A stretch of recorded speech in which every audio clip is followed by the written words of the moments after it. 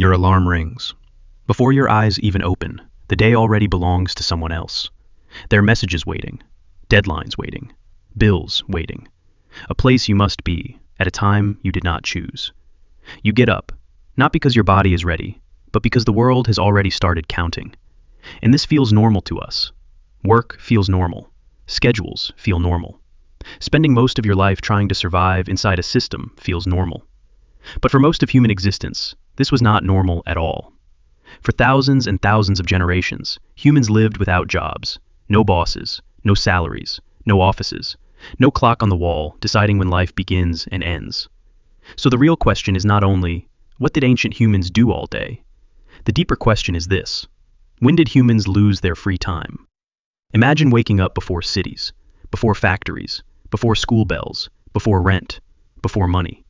The morning is quiet. A small fire from the night before still glows under the ash. Someone nearby is already awake, pushing dry wood into the embers. A child laughs. An older woman checks a basket of berries. A man repairs the point of a spear, not in a hurry, just carefully. Nobody asks what time it is. Because time is not owned by a company. Time belongs to the group. And the day does not begin with panic. It begins with attention.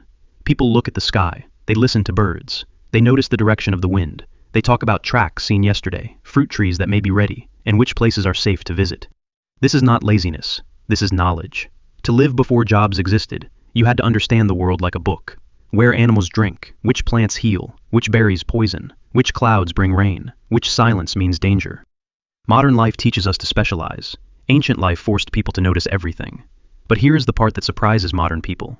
Survival did not always mean working from sunrise to sunset. Some days a small group went hunting. Some days people gathered roots, fruit, nuts, honey, or shellfish. Some days tools were repaired. Some days food was shared from yesterday. And some days there was simply no need to rush. Because hunter-gatherer life was not a daily office shift. There was work, but not employment. There was responsibility, but not a career. There was effort, but not a boss standing behind you. A hunt might take hours. A gathering trip might fill the morning. But once the food was found, carried, cooked, and shared, the rest of the day opened up. And that open space changed everything. Because when humans had time, they did what humans still do when nobody is forcing them. They talked. They laughed. They made things. They watched each other. They played with children. They told stories. They tried to understand why the sky changed, why people dreamed, why animals moved, why the dead did not return. Before jobs existed, the center of life was not productivity. It was relationship. If you lived in a small group, your survival depended on people trusting you. There were no banks, no insurance, no police, no supermarkets. If you were sick, someone had to bring you food. If your hunt failed, someone had to share. If your child was hungry, the group had to care. So people invested time in each other. They sat close. They groomed hair. They made jokes. They settled arguments. They remembered favors. They noticed who was generous and who was selfish. This was not wasted time. This was the original human security system. Today, we build resumes. They built trust. Today, we chase followers. They needed real people beside them when the night became cold. And when there was enough food, something even more human appeared: beauty.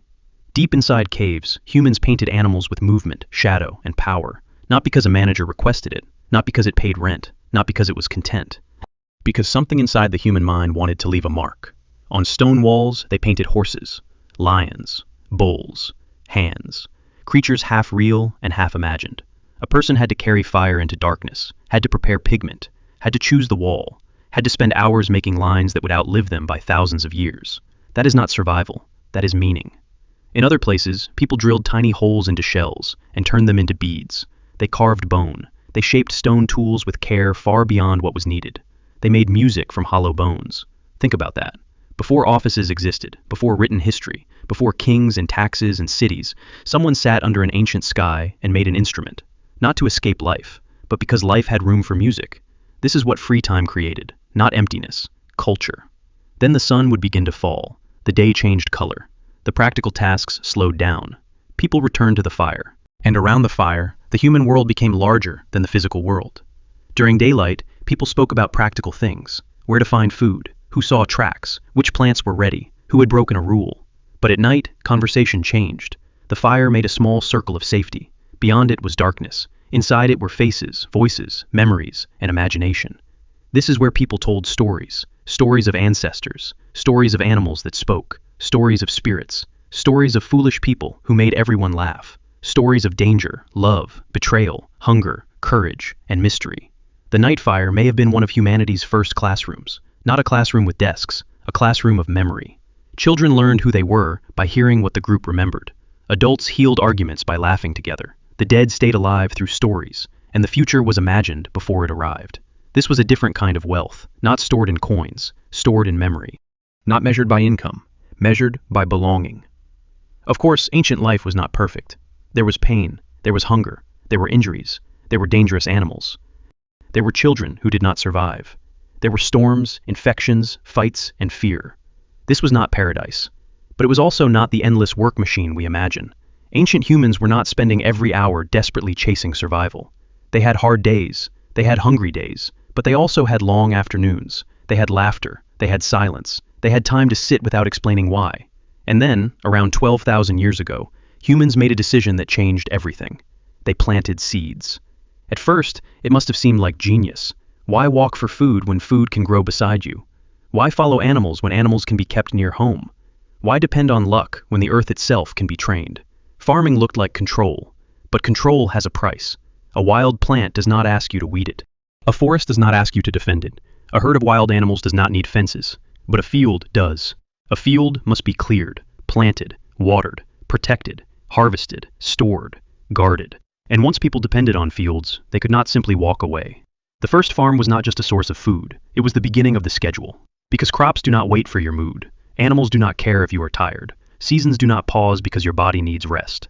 Farming created more food created more people needed even more food. And slowly, humans became locked inside the very system that helped them survive. Villages grew, storage grew, property grew, rules grew. Someone had to count grain, someone had to guard it, someone had to organize labor, someone had to decide who owned which land. Then came specialists, potters, weavers, builders, soldiers, priests, administrators, and eventually, jobs. For the first time, more and more humans lived in a world where their time could belong to someone else. A person could spend the day not hunting for their own group, not making art for their own meaning, not telling stories around their own fire, but working for a ruler, a temple, a landlord, or a system. This was the Great Exchange.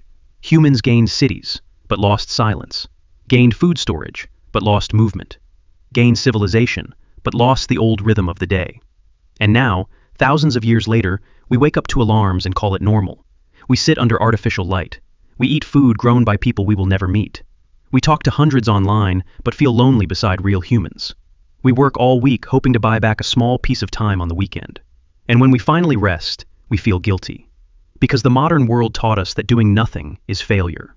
But for most of human history, doing nothing was part of being alive. Watching clouds was not laziness. Sitting beside the fire was not wasting time. Talking for hours was not unproductive. Making something beautiful with no plan to sell it was not childish. It was human. Maybe ancient humans did not need to ask, what should I become? Maybe they asked better questions. Who needs help today? Where is the food? What story should we tell tonight? What can I make with my hands? Who am I connected to? What does the sky mean? And maybe that is why modern success often feels strangely empty. Because we are not only tired from working, we are tired from living against the rhythm our species carried for most of its existence. We were not built only for productivity. We were built for skill, for rest, for movement, for friendship, for music, for stories, for firelight, for mornings that begin with the body, not the alarm. So the next time you feel guilty for wanting time to think, to sit, to create, to talk, or to simply exist, remember this. That feeling is not weakness. It may be something ancient inside you, remembering a world before jobs, a world where time was not something you sold, it was something you lived. And maybe the real mystery is not what humans did all day before jobs existed. Maybe the real mystery is how we forgot.